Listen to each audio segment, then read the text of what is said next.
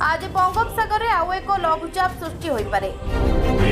उत्तर बंगोपसागर संलग्न बांग्लादेश उपकूल में एक घूर्णिबलय सृष्टि हो पारे। यह प्रभाव में लघुचाप सृष्टि होगा बोली पाणीपाग विभाग पूर्वानुमान करिछि।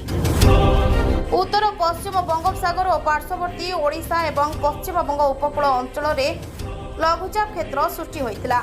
यह प्रभाव में राज्यर विभिन्न स्थान में वर्षा होइछि। पुणी एक लघुचाप सृष्टि होगाकू जाउछि। शनिवार बरगढ़, झारसुगुड़ा, संबलपुर, सुंदरगढ़ और केन्दुझर में भारी वर्षा हो पारे।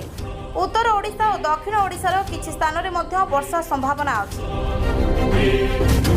बालेश्वर, भद्रक, जाजपुर, केन्द्रापड़ा, कटक, जगतसिंहपुर, पुरी, खोर्धा, नयगढ़, गंजाम और गजपति में प्रबल वर्षा हो पारे। 29 तारीख में बालेश्वर, भद्रक, मयूरभंज, केन्दुझर और सुंदरगढ़ में प्रबल वर्षा संभावना अछि। 30 तारीख में मयूरभंज, केन्दुझर और जाजपुर में प्रबल अति प्रबल वर्षा हो पारे। यह 3 जिला को ऑरेंज वार्निंग जारी होइछि। बालेश्वर, भद्रक, केन्द्रापड़ा, कटक, ढेंकानाल, अनुगुल, देवगढ़, संबलपुर और सुंदरगढ़ में प्रबल वर्षा संभावना अछि।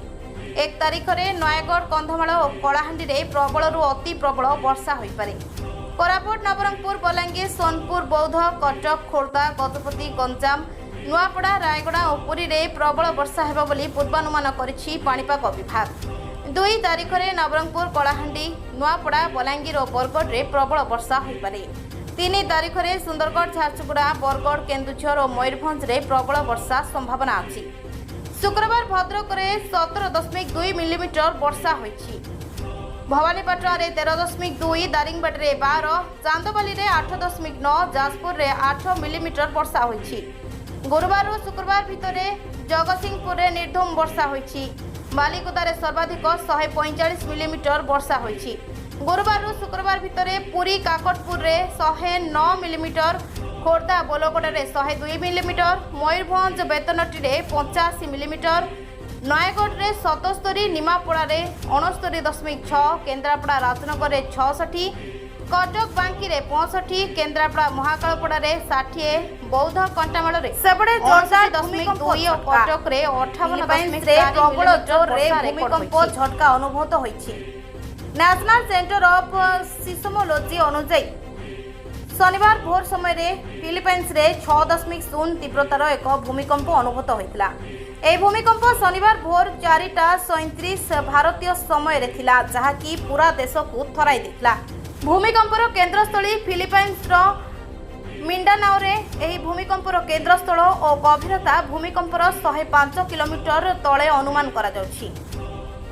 NCS social media platform X रे कहिछि जे एही भूमिकंप आकांक्षा 5.28 उत्तर द्राघिमा 26.08 पूर्व रे घटिछि।